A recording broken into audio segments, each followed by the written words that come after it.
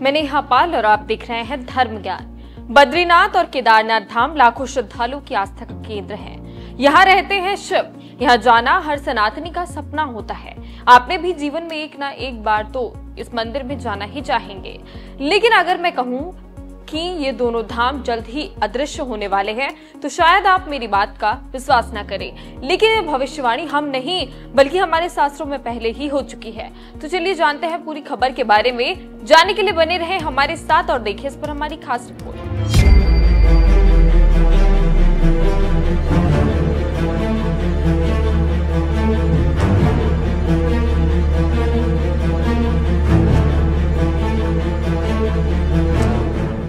उत्तराखंड के चारों धामों में से दो धाम यानी बद्रीनाथ और केदारनाथ धाम दुनिया के लिए बहुत ही महत्वपूर्ण तीर्थ स्थलों में से एक है। उत्तराखंड की शोभा बढ़ाने के साथ साथ ये धाम दुनिया के लिए आकर्षण का केंद्र भी है। अगर केदारनाथ की बात की जाए तो ये उत्तराखंड राज्य के रुद्रप्रयाग में स्थित है। भगवान शिव के पंच केदारों में से एक ये धाम हिंदुओं के लिए बेहद ही महत्वपूर्ण तीर्थ स्थल है। हर साल बाबा केदार के दर्शन करने लगभग 16 लाख से अधिक श्रद्धालु यहाँ आते हैं। लेकिन वहीं अगर बात की जाए बद्रीनाथ की तो बद्रीनाथ धाम उत्तराखंड के चमोली में स्थित है।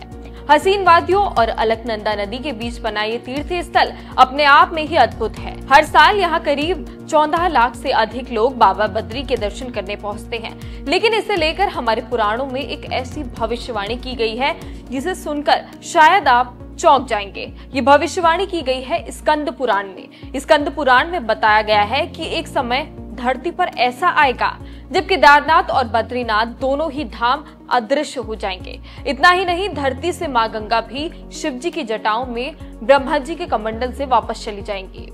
और ऐसा तब होगा जब नर नारायण पर्वत आपस में मिल जाएंगे। लेकिन सोचिए अगर ऐसा हुआ तो लोगों की आस्था को कितनी ठेस पहुंचेगी।